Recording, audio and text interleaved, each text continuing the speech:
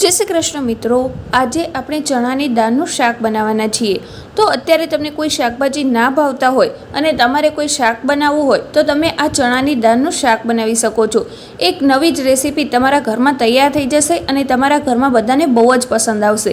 અને અત્યારે વરસાદની સિઝન પણ શરૂ થઈ ગઈ છે, એટલે વરસાદ પડતો હોય તો કોઈ શાકભાજી લેવા ના જવાયું હોય તો તમે તમારા ઘરમાં આ શાક બનાવીને તમારા ફેમિલી મેમ્બરને તમે ખવડાવી શકો છો। તો ચલો આપણે આ શાકની રેસીપી બનાવવાનું સ્ટાર્ટ કરીએ। તો એના માટે તમને આ રીતની ચણાની દાળ કોઈપણ કરિયાણાના દુકાન ઉપર આસાનીથી મળી જશે। તો અત્યારે મેં 1 વાટકી જેટલી લીધેલી છે અને તમારા ઘરમાં જેટલા મેમ્બર હોય એ પ્રમાણે તમારે બનાવવાની છે। અત્યારે મેં 4 મેમ્બર માટે બનાવેલી છે। આ અત્યારે 1 વાટકી જેટલી છે। હવે આને આપણે ધોઈને સાફ કરી લઈશું અને આને આપણે પછી પાણીમાં 1 થી 2 કલાક સુધી પલાળી રાખીશું, એટલે સરસ મજાની પલળી જશે। અને તમારે ઉતાવળ હોય તો તમે સહેજ ગરમ પાણી ઉમેરીને 15 થી 20 મિનિટ માટે પણ પલાળી શકો છો, તો પણ તમારી દાળ સરસ થઈ જશે। અને હવે તમારે ઇન્સ્ટન્ટલી બનાવવું હોય તો તમારે આ રીતના કુકર લઈ લેવાનું છે અને પછી એની અંદર 3 મોટી ચમચી જેટલું તેલ ઉમેરી દેવાનું છે અને 3 મોટી ચમચી જેટલું તેલ ઉમેરી એને ગરમ કરી લેવાનું છે। તમારે આ ઇન્સ્ટન્ટલી શાક બનાવવું હોય તો પણ બની જશે, પણ જો તમારા પાસે સમય હોય તો તમે એને પલાળીને પણ રાખી શકો છો। અને હવે આપણું તેલ ગરમ થઈ જાય એટલે આપણે એમાં અડધી ચમચી જેટલી રાઈ ઉમેરી દઈશું અને આપણે અત્યારે ગેસની ફ્લેમ મીડિયમ રાખેલી છે। અને હવે રાઈ તતડી જાય ત્યારબાદ અડધી ચમચી જેટલું જીરું ઉમેરીશું અને ત્યારબાદ આપણે આદુ, લસણ અને મરચાંની પેસ્ટ આની અંદર ઉમેરી દઈશું, જેથી એનો ટેસ્ટનો ફ્લેવર બહુ જ સરસ આવશે આ શાકમાં।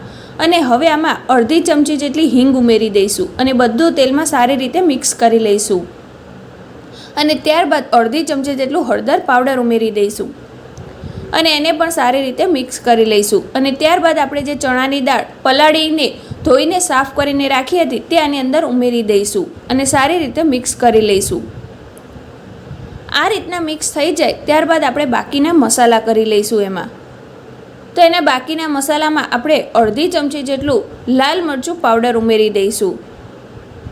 લાલ મરચું પાવડર ઉમેરી દીધા પછી આપણે બાકીના મસાલામાં અડધી ચમચી જેટલું ધાણા જીરું પાવડર ઉમેરીશું અને ત્યારબાદ એમાં આપણે મીઠું ઉમેરી દઈશું સ્વાદ અનુસાર। તમારા ઘરમાં જેટલું ખવાતું હોય એ પ્રમાણે તમારે મીઠું ઉમેરી દેવાનું છે। અત્યારે મેં અડધી ચમચી જેટલું ઉમેરેલું છે અને આ બધા જ ટેસ્ટને બેલેન્સ કરવા માટે આપણે ખાંડ ઉમેરી દઈશું, અડધી ચમચી જેટલી ઉમેરી છે અને આ બધી વસ્તુને સારી રીતે આપણે ચમચાના મદદથી મિક્સ કરી લઈશું। અને હવે આની અંદર આપણે 1 કપ જેટલું પાણી ઉમેરી દઈશું। આપણે જે નોર્મલ રૂમ ટેમ્પરેચર ઉપર પાણી હોય એ જ આની અંદર ઉમેરી દીધું છે અને હવે આને આપણે કુકરનું ઢાંકણ બંધ કરીને મીડિયમ ગેસ ઉપર 4 થી 5 વિસલ થવા દઈશું। તો જો આ રીતના કુકરનું ઢાંકણ બંધ કરીને હવે આપણે મીડિયમ ગેસ ઉપર વિસલ થવા દઈશું અને આપણી વિસલ થઈ જાય ત્યારબાદ આપણા કુકરને જલ્દીથી ખોલવાનો ટ્રાય નથી કરવાનો, એને ઠરવા દેવાનું છે। પછી જ આપણું કુકરમાંથી જ્યારે બધી જ હવા નીકળી જાય ત્યારે જ આપણે કુકરના ઢાંકણને ખોલવાનું છે, એ પહેલાં આપણે હવા એની કાઢી નથી લેવાની। તો જો અત્યારે આપણી મીડિયમ ગેસ ઉપર આ ચણાની દાળનું શાકની વિસલ થઈ રહી છે, તો તમે પણ ઘરમાં એકવાર જરૂરથી ટ્રાય કરજો, તમારા ઘરમાં બધાને બહુ જ પસંદ આવશે। અને આને તમે એકદમ ખદડી દાળ જેવું બનાવશો તો તમે એને રોટલી સાથે ગરમા ગરમ ખાશો તો ટેસ્ટમાં બહુ જ મજા આવી જશે। અને હવે જો આપણે આ રીતના પ્રોસેસ કરી, જો પહેલાં કુકરને ઠરવા દીધું અને પછી આ રીતના વિસલ ઊંચી કરીને તેની હવા કાઢી લીધી અને પછી આપણે શાકને ચેક કરીએ તો જો કેટલું સરસ મજાનું આપણું રસાવાળું શાક તૈયાર થઈ ગયું છે અને આપણી ચણાના દાળનો સહેજ પણ ભૂકો પણ નથી થયો અને કેટલી છૂટી છૂટી આપણી દાળ મસ્ત મજાની તૈયાર થઈ ગઈ છે બનીને। એને આપણે ડીશમાં લઈને જોઈએ તો જો કેટલી સરસ મજાની આપણી દાળ ચડીને તૈયાર થઈ ગઈ છે।